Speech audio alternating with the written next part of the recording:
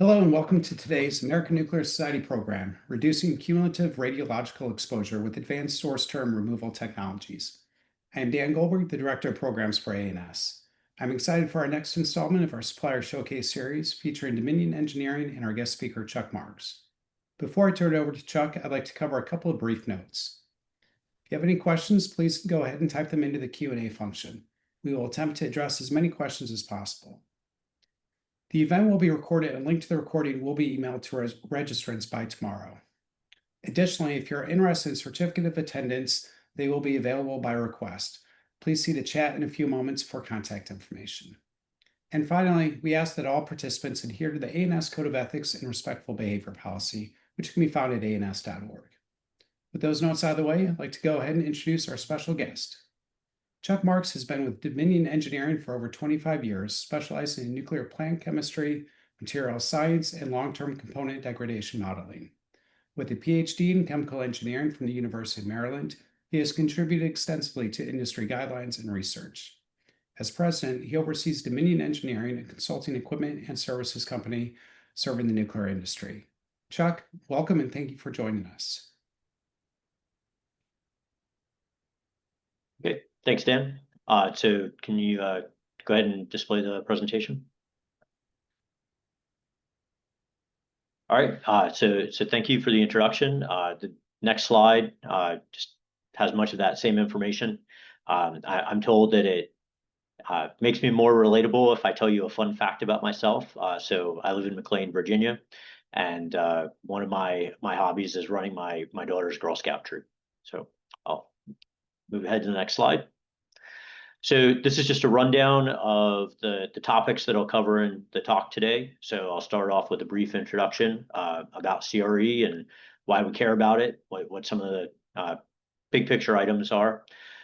Then I'll move into a discussion of where you put source term, then move on to local source term reduction, and then discussion of fuel cleaning, and then full system decontamination. And then we'll end with a wrap up to sort of summarize the main points of the talk. So move on to the next slide. So I'm sure most of you have seen this plot. It's updated every year by the NRC. Basically gives the collective dose per reactor per year. And so we've seen basically the overall trend in the industry is that we've been doing better and better. But in the last decade or so, we've kind of plateaued, and the industry is on a continuous improvement track. And so lots of plants are looking at how they can do better and what new technology can they bring in to continue that downward trend and drive collective radiation exposure even lower. So next slide. So one aspect of CRE that is often overlooked is source term, right? So I'm sure many of you are familiar with the pictogram shown here from the NRC, where the formula for reducing CRE is less time, more distance, and more shielding, right? But that approach, those are our three excellent mitigative measures, obviously, but they ignore the fact that you have source term to begin with. And if you can lower the source term, then all of those measures become more effective, and you need less of them to achieve the same benefit. So the reduction in source term can also provide benefits that these other three mechanisms don't provide you. For example, there's benefits for contingency. So, for example, if there's extended time to do a repair or maintenance activity within a radiation field, lowering the source term protects you against that, even if it's unanticipated. So you may plan on a short time, but if the time is extended due to inevitable complications of the procedure, then lowering the source term will give you some benefit there. Similarly, if you think about distance from the source term, we sometimes have emergent work. And so having an overall system with lower source term gives you the flexibility to address work that comes up and may not have been anticipated. So next slide. This is a high-level schematic diagram of how we get source term in the plants, where it comes from. So again, should be familiar to most folks working in this area. We have outer core, X core surfaces, so piping, steam generators in the PWR, jet pumps, reactor vessel internals, et cetera, in all of the designs. So those surfaces, even though for the most part, we're dealing with stainless steel, in the CANDU reactors, it's obviously a carbon steel, but for the BWRs and the PWRs, it's primarily stainless steel or other austenitic alloys. So corrosion is very slow. We don't worry about corrosion from a structural standpoint or pressure boundary integrity standpoint, but there are atoms of metal that are released into the coolant. So typical atoms of concern are cobalt 59, elemental cobalt, which is present in almost all sources of nickel. So even a 304 or 316 stainless steel, which has some significant nickel, but even more so in nickel alloys like alloy 690 or alloy 800, there will be a significant elemental cobalt concentration. And again, like there is also nickel in all of the austenitic materials. So from corrosion, there is release of these materials into the coolant.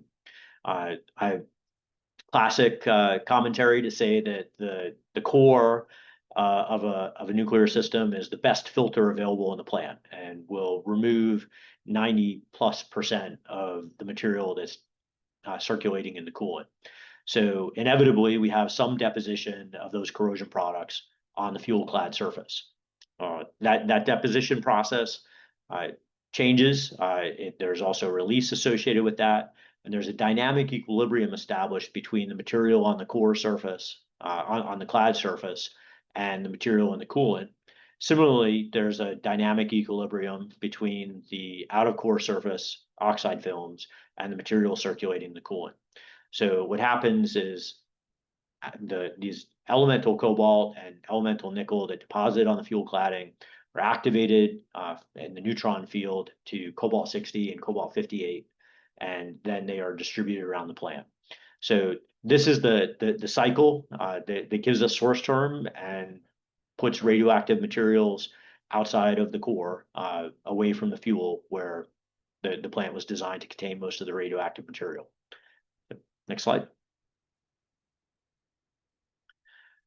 So again, with respect to CRE mitigation, we have the time, distance, and shielding approach, but we can also reduce source term. And source term is, we like to say in the industry, source term is everyone's job. So there are chemistry aspects, there are operational aspects, RP obviously needs to be involved. There are procurement aspects, right? So when you're procuring replacement materials, cobalt concentration is a significant consideration that should be taken into account. Outage management, how the reactor is operating when you shut down, what are the evolutions associated with shutdown, what key cleanup systems are in service during different parts of the outage. So these are all aspects. And then even reactor engineering, when you get into designing which type of fuel assemblies are going to be added to the core, what their boiling duty is, what their heat duty is, whether they will be, whether you're talking about a first burn fuel assembly that's leading the core, or you're talking about third burns that are primarily acting as barrier assemblies. These factors all affect the distribution of radionuclides around your system. So success in mitigating source term starts with a technical assessment. So is there a general issue where you have source term everywhere? Are there hotspots that you need to deal with? Is it a function of your reactor design? So one of the things that I like to push when doing a source term assessment is that you need to be benchmarking against plants that are similar to yours. So in the PWR world, for example, there's a strong difference in source term depending on what alloy you have for the tubing in your steam generators, which is an immense surface area in the system and one of the main sources of nickel. So, next slide. So I'll talk a little bit about where do you put the source term. If you could take it out of the plant, where would you put it? How would you handle that? How would you get it out of the plant? One of the analogies I like to use, sort of dinner table conversation where you need to explain nuclear to non-nuclear folks, is I like to refer to the Dr. Seuss book, The Cat in the Hat Came Back, where there's a pink bathtub stain that the cat has to get rid of. And over 26 steps, one for each letter of the alphabet, he transfers it from one location to another location. That's a lot like what we do with source term, right? Where there's nothing that we can do that actually, once those radionuclides are activated, there's nothing we can do to remove them entirely from the world except to wait for them to decay. So it's a matter of moving them from one location to another location, finding a location that where they can be suitably supported for a significant period of time without endangering or exposing human beings. So I'll go on to the next slide. So Dominion Engineering's offering for source term storage and removal from the system is primarily associated with what we call the all metal filter media, so the AMFM. So this is a little bit of an origin story for that technology. So in the late 1990s, Dominion applied its expertise in ultrasonic cleaning to the issue of PWR crud-induced power shifts. So this phenomena, SIPS, was formerly called axial offset anomaly. It's still called that in many international settings, but in the US, we've settled on the acronym SIPS.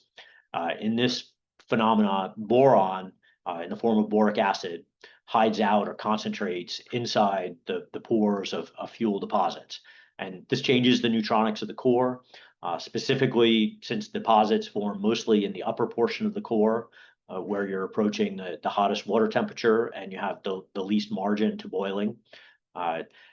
The boron concentrates in the upper half of the core, suppressing the neutron activation in the top of the core, but not in the bottom of the core. Hence the axial offset that forms from this phenomenon. That can have significant operational effects on the plant. It reduces rod worth for injection and therefore erodes your shutdown margin. And in severe cases, plants have had to operate for significant periods of time at reduced power in order to maintain their shutdown margin. So partnering with EPRI, Dominion developed ultrasonic fuel cleaning for PWRs to address this. Basically a SIPS mitigation technique, but what it does is it removes deposits from assemblies that have been through a cycle in the core, so that when they're put back into the core, they are essentially clean and do not act as concentration point. They do not serve as sources for distributed source term. So that aspect, right, was recognized early on as an advantage, that this process removes activated corrosion products as well as corrosion products that are not yet activated, but soon could be, from the core, and isolates them from locations where they can expose human beings. So those source term benefits led to a trial application at a BWR, which of course the BWRs do not have the SIPS issues. There's no boron in the coolant, and so that trial was based solely on the benefits for source term reduction. The best available technology at the time, and what we were using for PWR fuel cleaning, was pleated plastic filters. And it quickly became apparent that the plastic filters were not adequate for BWR fuel cleaning. And that led us to the development of the all metal filter media, the AMFM, specifically for UFC. Next slide. So just some of the benefits that arise from the AMFM technology, and these are really the goals that were in place when we first began developing this technology for fuel cleaning. One is that there's no degradation of the material. So there have been instances across the industry where folks have left their plastic filters stored in the spent fuel pool for too long. The plastic degrades, and that can lead to the re-release of the filtered material. So with the metal filter, there's no time limit for leaving it in the pool. So it's resistant to radiation. It's resistant to chemical exposures, and there are essentially no practical temperature limits, right? Unless you're, if you're reaching a temperature limit that affects the metal and all metal filter media, then you've got other issues at your plant that are going to be a higher priority. There's also no chemical contamination. So often with the depleted filters, there can be residual chlorides or residual silica that require extensive washing. Sometimes that's not enough and you can still contaminate the system. But with the all metal filter media, it's essentially washed clean during the factory acceptance testing that we perform. And then there are similarly there are no weight limits, so there are no structural issues with respect to the filter. You can basically load it solid with deposits and still be able to move it around without any concern about the structural integrity. Next slide. So one of the aspects of the AM/FM is that it's regenerable. And so that allows the utilization of the entire filter volume, not just the media surface. So this is kind of a paradigm shift in terms of the way that a filter is consumed. Basically, our normal sense of a filter is that you pile up material on the surface of the filter, and when the surface is blocked, then that's it. That's all you can get. But in the case of our designs, the regeneration basically backwashes the material into a volume, and so you can fill these filters up volumetrically rather than by surface area. That regeneration allows a capacity increase over just a surface area based capacity by over 100 times. So that's basically a reasonable way to characterize the relationship or the benefit over other filter media. The regeneration cycles can be automatically programmed or initiated manually depending on the application. So in cases where the filter is being run continuously for years, we can basically set it and forget it, and it will automatically backwash based on pressure drop or timing as you choose. The filter is designed to be always underwater. Again, like no degradation is occurring. There's no time limits for the amount of time that it can spend underwater. And so it's basically always shielded. We do have versions that come with a shielding package, so they can be poolside, but have the appropriate shielding in place. Next slide. But actually, sorry, can you go back, Dan? So the figure on the right shows one of our AM/FM B500 filters. And so basically this is the configuration that looks like a BWR fuel assembly with respect to the handling and the interface with the rest of the plant. So this is something that you can use your fuel handling tools to move around. You can put it in one of the cells in the spent fuel pool. And this is primarily used for spent fuel pool cleanup or for ultrasonic fuel cleaning. So next slide. That's in contrast to the X750, which is shown here, which is a more general pool filtration device. And the differences here, basically, the X750 has a sacrificial filter that basically can come directly out of that system into a 10B cask directly for shipping.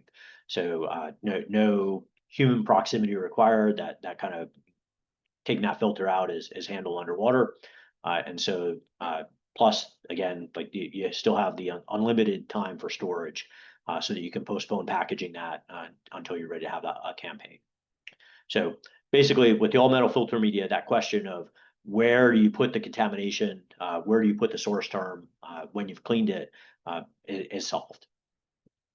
Next slide. So I'll talk a little bit about removing local source term. And so here we actually are leveraging our expertise in ultrasonics.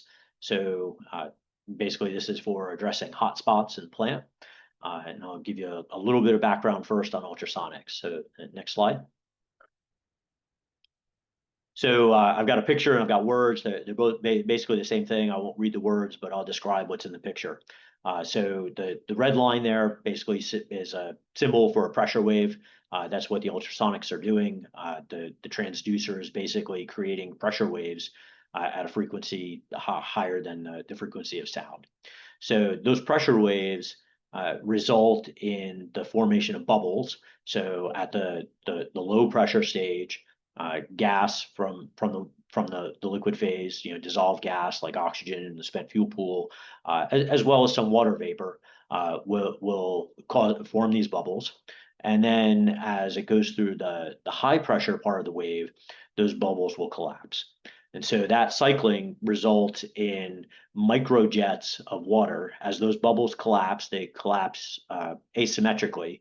So it's not just a sphere collapsing, but you start to get reentry jets where one part of the bubble will collapse faster than another part of the bubble, and that will basically form a little jet. So this is a phenomena that is familiar with respect to pump operations and flow and pressure cycles that we call cavitation when it damages the material. But in this case, the pressure wave is much more gentle. And so it doesn't damage any solid metal, but the bubble collapse has enough energy to disrupt the deposits that are in place on the surface that's being cleaned. And a key aspect of this is it's a mechanical process. So the deposits that have significant activity are not being dissolved. They remain in a solid form, which means that they can be filtered. And that leads to less downstream waste. So you're not trying to remove activated corrosion products on resin and then having to sluice resin around and package up resin, where you've got now a high non-radioactive volume compared to the volume of the material that you're taking out. Instead, the activity remains as particulates, and as described previously with the AM/FM, it can be, significant volume can be packed into those filters. So the next slide. Okay, so we've got a little video here. Go ahead and start that, Dan. So this shows a simulated fuel rod with some simulated deposits. And when you see the white cloud, you can see that the ultrasonics are on. So there's some pulsing going on. And you can see basically that the ultrasonics are disrupting the deposit off the surface, creating little puffs of clouds of that deposit. Okay, we'll zoom in so you can see what's going on there. And you can see that there are some locations where you see nucleation of bubbles on the surface. And again, just as I explained earlier, when those bubbles collapse, there's some jet impingement that basically breaks up those deposits. And that's happening at a very small scale. So this is a typical 3/8 inch tube simulating a fuel rod. And you can see that it's essentially entirely clean for the entire length. There are some locations where you can see that the ultrasonics are less effective. That's based primarily on the positioning of the transducers, the way that they interact, and in the actual cleaning processes that we develop, those problems are solved with using multiple transducers and through motion, either of the transducer or the component being cleaned. Okay. So next slide.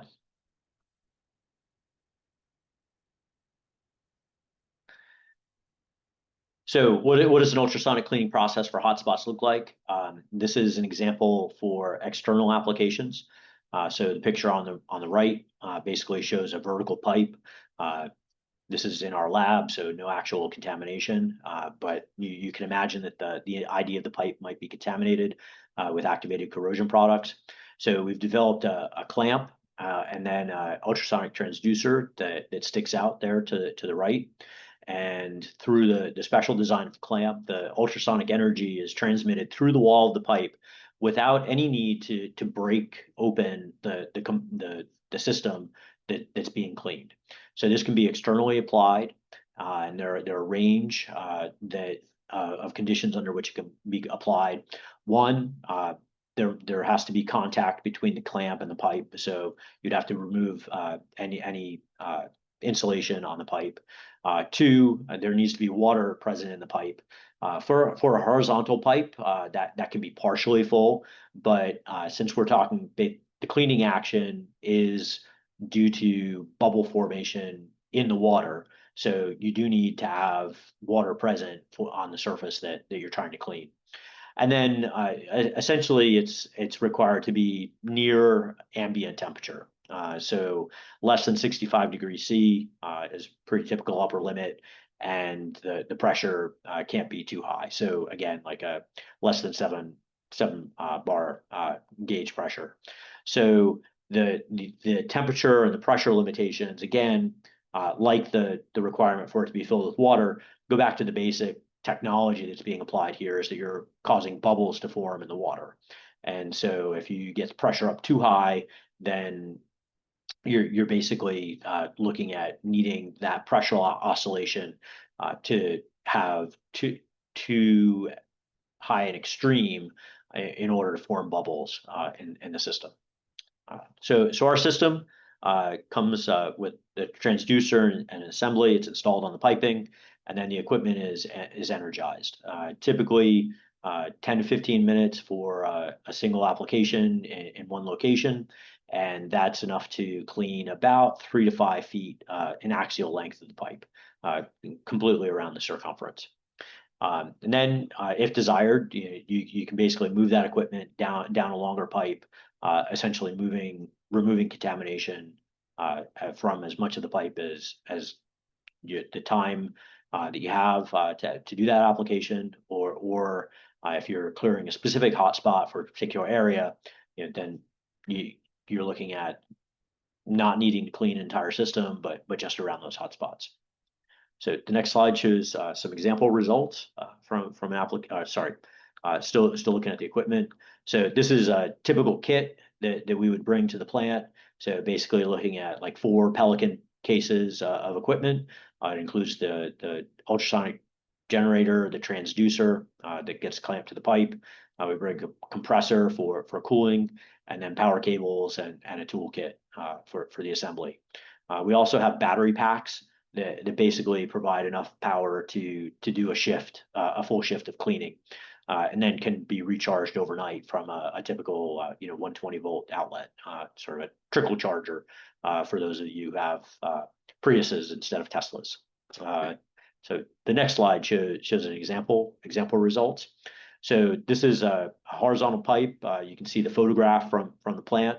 And then you can see on the right, there's a before and after heat map of the dose. And you can see that the location where this technology was applied, it's basically removed all of the measurable activity from that location. And so this is basically just looking at that one area, but obviously that process could be applied, moving the transducer further down the pipe and cleaning successive areas until you have the entire pipe clean. So in this particular application, again, like going back to the cat in the hat analogy, right? You've got to have that radioactivity, that source term. You can't eliminate it. There's nothing magic about ultrasonic transducers that somehow accelerates the decay of cobalt-60.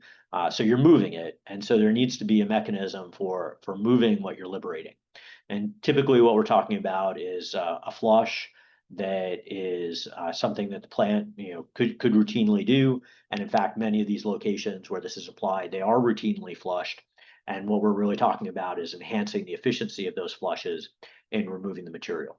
So the material that's being removed is going to be flushed downstream, and eventually will go to your rad waste system for processing there.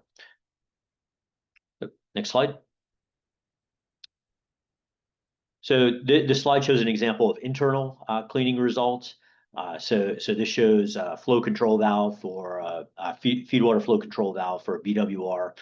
So those of you not familiar with this particular valve, that valve body is approximately a meter tall, 3 feet tall.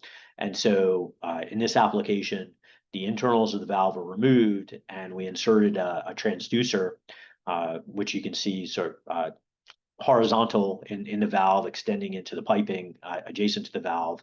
You see on the end there, we put a float, and that allowed us to move the transducer up and down within the pipe to get the transducer closer to the wall and cover the entire height of the pipe.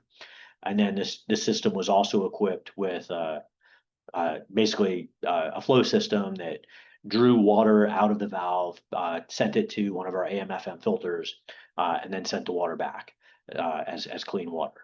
So you can see on the right some indications that this was done in two different valves, and you can see that we're getting a dose reduction on the order of 20 to 50%, depending on the application. And so the efficiency of removal depends a lot on how long the transducer is there. And for something like this, where it's a bespoke application, it's difficult to provide predictions ahead of time. But when you're talking about these particular dose rates, even a dose reduction of 20 or 30% can be significant and significantly reduce the CRE for the outage. So go to the next slide. So as I talked about earlier, there's a cycle. Well, let's go to the next slide, actually, because I've got that picture again, right? So again, you have external surfaces that are corroding. It's a slow form of corrosion that doesn't affect structure or leak tightness, but it does release parent nuclides into the coolant, deposit on the fuel. They get activated and then redistributed around the system. And so by far, in all of these systems, the largest source of activated corrosion products is in the core, right? So if at any time you sort of press the magic stop button and you went in and you looked at all the different surfaces on the core and where the activity was, by far the majority would be on the fuel. So if you're going to tackle a reduction in source term, one of the things to consider is, are you able to fix things on the core so they stay there forever, or can you remove them from the core and put them somewhere else where, one, they won't get activated, and two, they won't be distributed around the system. So our technology addresses sort of the second option, is what can you do to get things off the core. So there are clear indications that loosely held corrosion products on the core are the source of the coolant activity. That comes from both the significant activity increases that we see following changes in boiling conditions. So for example, in a BWR that goes into coast down at the end of the cycle, and there tends to be a drop off in the boiling activity of the periphery assemblies, that clearly results in a release of corrosion products from those assemblies. Similarly, in the PWRs, where the leading assembly group changes as the cycle goes on, we see releases whenever that sort of swapping occurs, where one group of assemblies ceases to have boiling on the surface and another group starts. We see a significant release of activated corrosion products that's coordinated with that.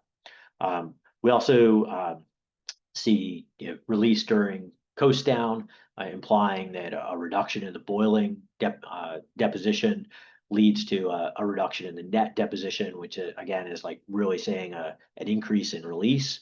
And so that we also see that as evidence that the activity is on the fuel. And then when we look specifically at PWRs, where exposure to oxidizing conditions at the beginning of the shutdown results in release of corrosion products from the core, we can look at the specific activity of those corrosion products, the ratio of cobalt 58 to nickel 58, and determine that those deposits recently were present on the core. So it's definitely on the fuel. So getting it off the fuel is going to be a great start to source term reduction. Next slide. So this slide shows some of the evolution, if you will, of fuel cleaning. So on the left, when we first had a first application at Callaway, we went with a dual system where you could bring a fuel assembly over, put it in one of the chambers, leave it there for cleaning, go back, get another assembly, put that in the second chamber, pick up the first one, take that back to the core, and that worked quite well. But through innovation and optimization, we developed for PWRs the view that you see in the center of the screen, where we basically have a fuel cleaner that we call it cube sometimes. Basically, it's about 1 meter tall, and the cleaning is accomplished as you dip the fuel assembly into the fuel cleaner and then raise it back out. And so that's something that for most applications at 0 time to critical path. It's about a 1 to 2 minute evolution per fuel assembly, and generally there's enough time in either the offload or the onload for a PWR that's not affecting critical path. And so that's a dramatic increase in efficiency. And one of the issues is that the fuel basically never comes off the fuel handling system. So it remains on the hook the whole time. And it's just part of the transition from one location to another that allows us to set this equipment up in multiple locations in the plant, depending on what their refueling strategy is, whether it's a full offload or a partial offload, and where the critical path leeway is. So if there's steam generator inspections in no mode when the assemblies are all in the spent fuel pool, then it makes sense to do it there. If it's going to be a short outage where things are just shuffling back and forth, then we can do this in the fuel transfer canal, for example. On the right shows BWR application. So in this case, the fuel assembly is actually a clamshell. So if you look at the top left of that picture, you can sort of see a bright yellow spot where that's a reflection of the light. But that basically is the open corner of a square that's been opened up. You can see the other half of the clamshell to the right of that. And so basically this allows the fuel assembly to be loaded through horizontal motion. And then the clamshell closes and fuel is performed without taking the fuel out of the wrapper. So again, very efficient process. And this allows us to perform this in areas of the plant where it may not be possible to raise the fuel above the cleaner and enter the cleaner from the top. So it gives more flexibility in where this process can take place, which for the BWRs, there are many more fuel assemblies that need cleaning. And so this allows us to optimize that timeline. So next slide. So typical results. To be fair, like there's not a lot of adoption of full core cleaning, and so the dose rates benefits are expected to be proportional to the number of fuel assemblies that are cleaned. I've got one example here of a plant, and I'll point out that the scale on this chart, right, is from 100 to 140, right? So I don't want you to think that I'm trying to emphasize a dramatic decrease after fuel cleaning, but I am trying to show the decrease that occurred. And so really the benchmarking here is not how low can you go or how close to zero that you can go, but to look at the cobalt-60 decay curve. And so these are a number of locations in the plant where they've taken dose rate measurements, and the solid black line on that curve shows the slope that you would have from normal cobalt-68 natural decay. And so there's nothing about fuel cleaning that is going to clean the surfaces outside of the core. It's removing material from the fuel assemblies, and that's going to over the long term that will reduce the incorporation of new cobalt-60 into your out of core surfaces. So the best you can hope for is what's shown here is cobalt-60 decay, basically indicating that no new cobalt-60 was incorporated into the out of core surfaces after fuel cleaning was initiated at this site. So next slide. So I'll talk a little bit about chemical decontamination. On the next slide. So basically, if you're not dealing with hotspots, but you're dealing with just widespread contamination in the outer core surfaces, this is something that you would see in your BRAC and SRMP monitoring points, which are intended to provide a global assessment of your source term issues, right? So in a lot of cases, those points are not necessarily related to where work must be done and workers protected, but they are a high level indication of the global problem that you might have in your system. And so chemical decontamination may be the only solution for you if you are looking at global contamination rather than hotspots. So next slide. This just shows sort of a typical footprint for cleaning equipment. Typically you have a pump skid, and then resin vessels with water shielding around them. Typically, these chemical decontamination practices, you're more or less dissolving the oxide film off of the out of core surfaces, removing along with the corrosion film, the oxide film, you're removing the activated radionuclides that have been incorporated into that film. So on the right there, I show a histogram of typical decontamination factors, ranging from about 5 up to 20 or so. Some operations have gotten up to 45 or 50, but the ratio before to after. But typically 5 to 20 is about the range, and a lot of that depends on the specific application, the specific kinds of chemicals, the durations, and is tied really to the target that you have. And so yeah, you'll find with most of our products, both on the filtration, the ultrasonics, as well as these chemical products, that tailoring the process to the client's needs is a hallmark of what Dominion Engineering provides. So next slide.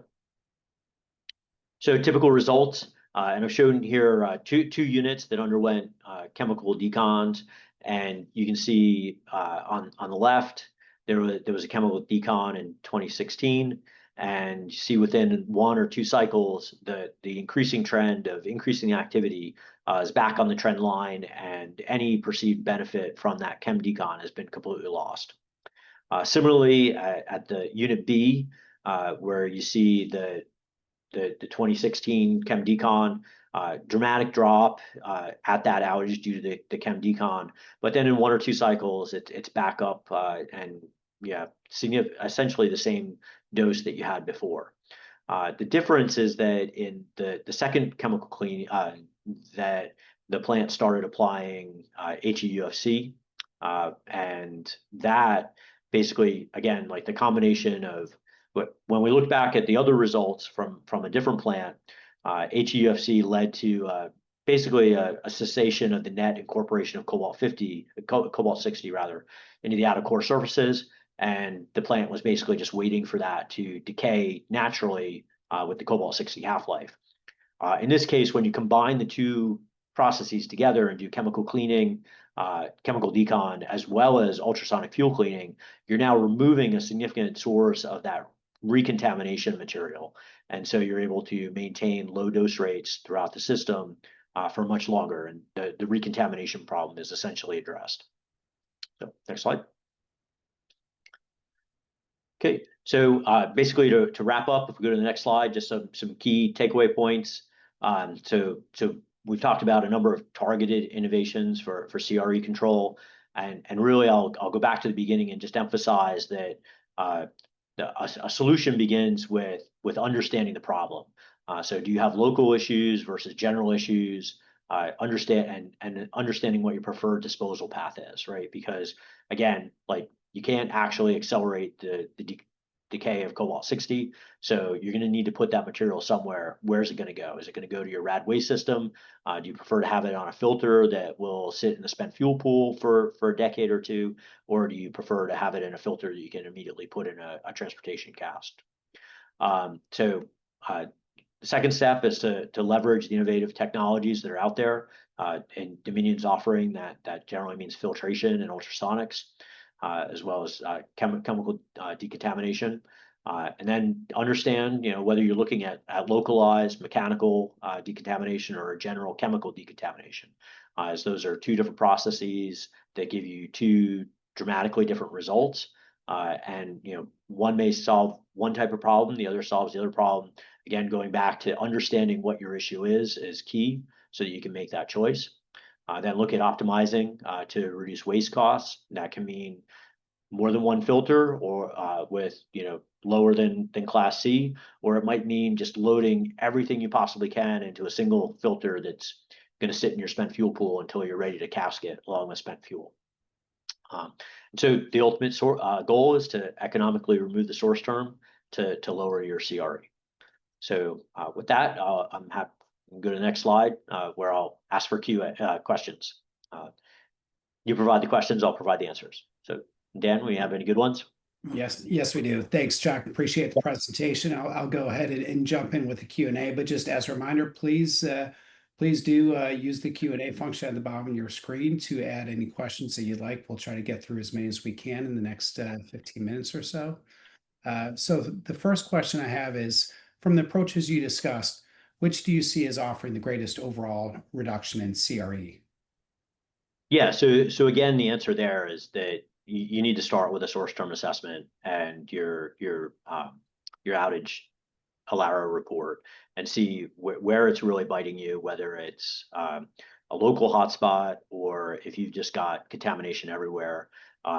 This is sort of like, assuming that you've taken the initial steps to optimize your chemistry and to optimize your work practices and looking at shielding, then sort of, at that point, take another look and see where your high nails are. And that's going to drive you either to fuel cleaning or to hotspot removal with ultrasonics or to a general chemical decon. Okay, great. Thanks, Chuck. Next question I have is, how often should a plant clean its fuel? Yeah, so what we observe is that you're really looking for a sustained benefit. And so cleaning every outage and cleaning all of the fuel assemblies is where you're going to see the greatest benefit there. So that said, there are definitely times when a single fuel cleaning is going to be beneficial. It's really a cost benefit analysis. Fuel cleaning is not free. There are different models for that, whether utility buys the equipment and executes it themselves. That's going to have an upfront cost, and then subsequent applications are less expensive, or they may contract to have it done every outage. So that plays into it. But situations where you've replaced steam generators, for example, and you have 1 or 2 cycles of a large crud load, you may want to just fuel clean for those cycles, and then once your steam generators are passivated, then maybe that's no longer of interest.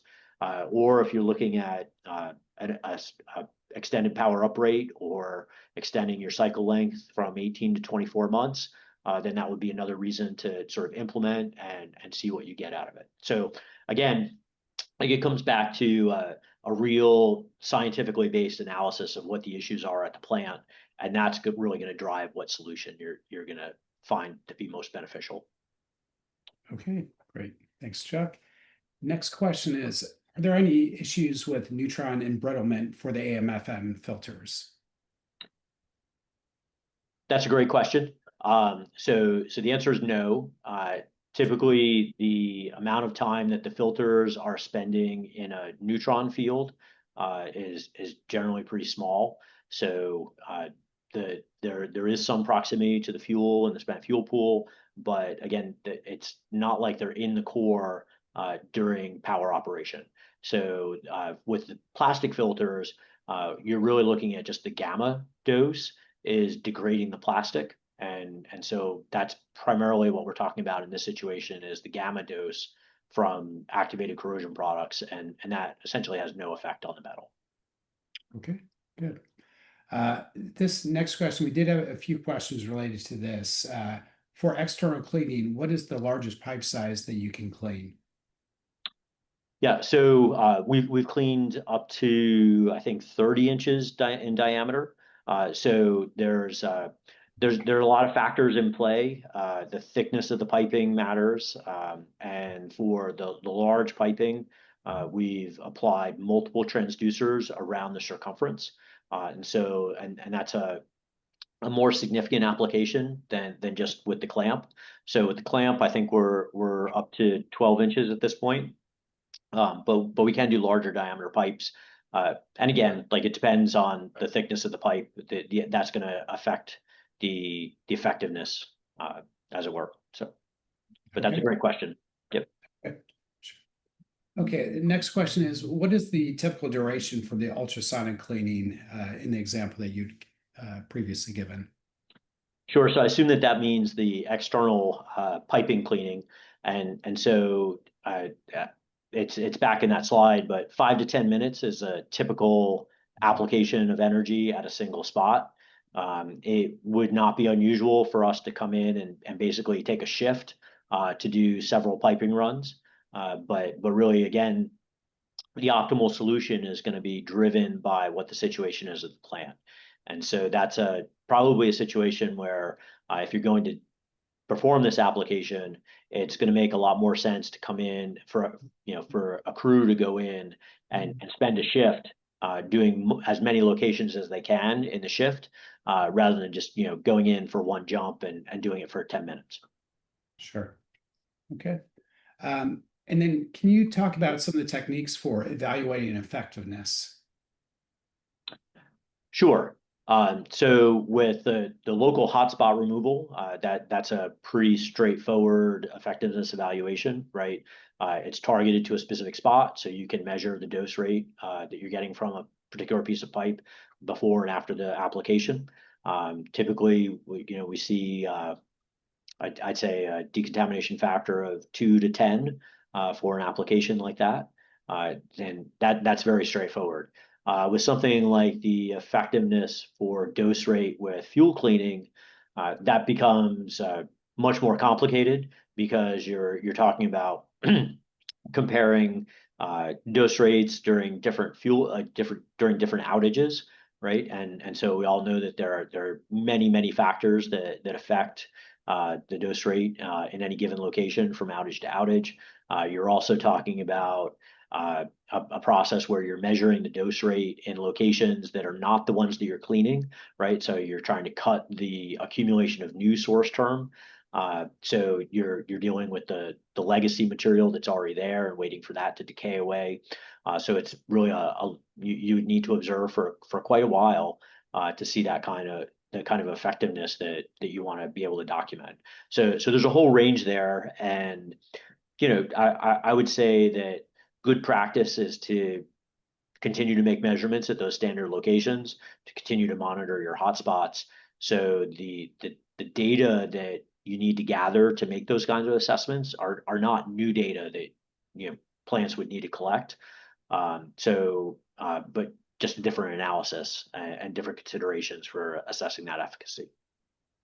Okay, great. Next question. In a BWR, can you briefly speak to how you might or how might your processes presented be used in conjunction with NMCA? Sure. So there are a number of different things there. So for the externally applied ultrasonics, our expectation would be that the noble metal would be removed along with the contamination. And so that is definitely a consideration that you would need to make in terms of where you were going to apply this. So you'd want to be thinking about susceptible locations. Perhaps you don't want to apply this at near welds where you're counting on the noble metal to protect a sensitized heat affected zone. So considerations like that are absolutely necessary. With respect to full system or system chemical decontamination, we have a process for reapplying for forming a passive film that includes the incorporation of zinc to lower corrosion and also the incorporation of platinum for the catalysis of the hydrogen reaction in the BWR system, providing that protection against stress corrosion cracking. So again, it depends quite a bit on which application you're looking at. For fuel cleaning, you might even argue that fuel cleaning would allow you to would give you more margin on noble metal chemical addition, where there is some concern about its accumulation on the fuel and adding to the crud burden on the fuel.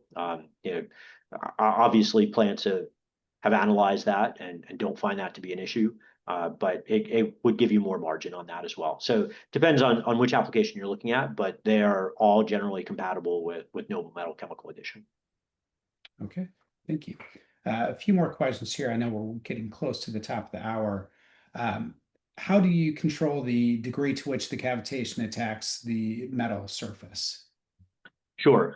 So that's controlled by the waveform that we're introducing.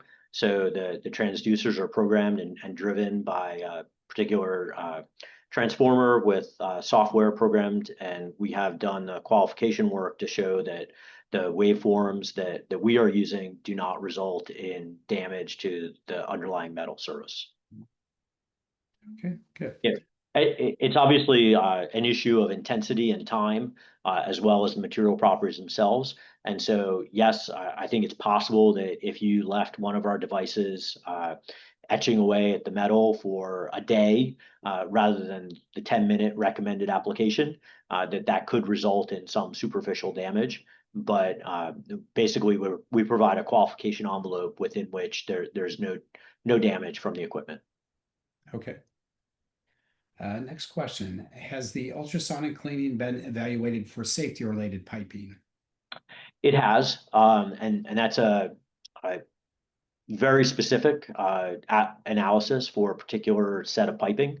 And so at this point, the deployment has been fairly limited on safety-related equipment and would require some analysis for a particular application. Okay, good. Thank you. But again, like, I'll just say, like, theoretically, there are no barriers to applying on safety-related equipment. It just requires additional qualification. Okay, sounds good.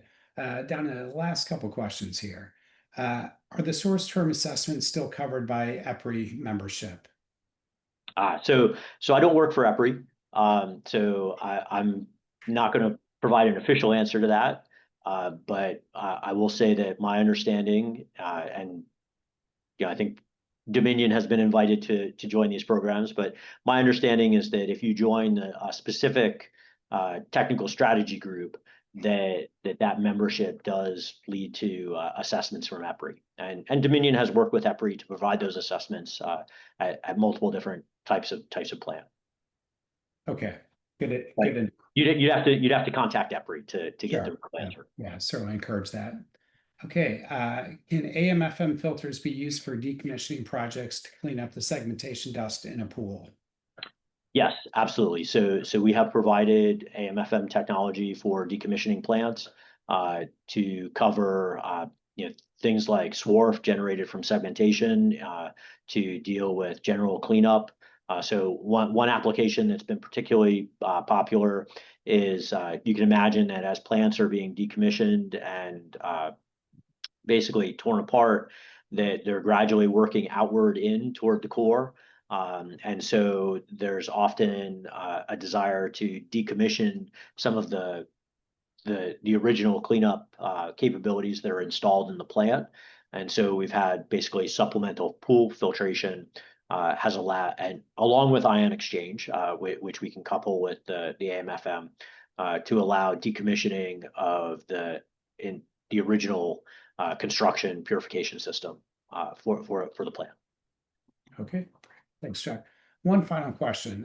What licensing activities are needed to perform any of these cleaning activities, i.e. licensing amendment requests? Sure. So these are basically screened out in a 5059 screening. So there are no license amendments required to perform these activities. Okay, great. Well, thanks, Chuck. We are at the top of the hour and really want to thank you for the presentation. Thank you to the attendees for the questions. Chuck, I'll turn it back over to you for any closing remarks you'd like to make. Yeah, sure. Thanks, Dan. I'll just say I'm happy to have had this opportunity, and folks can scan the QR code, or they can revisit the presentation once it's posted by ANS. And I look forward to answering more questions from folks who are interested. So thank you very much. Yeah. Thank you, Chuck, on behalf of ANS, and thank you to the attendees for participating. Really appreciate it. Certainly encourage you to visit ans.org to look at our upcoming webinars, as well as check out some of the recorded events of the past few months. So with that, thank you all very much and have a great rest of your day.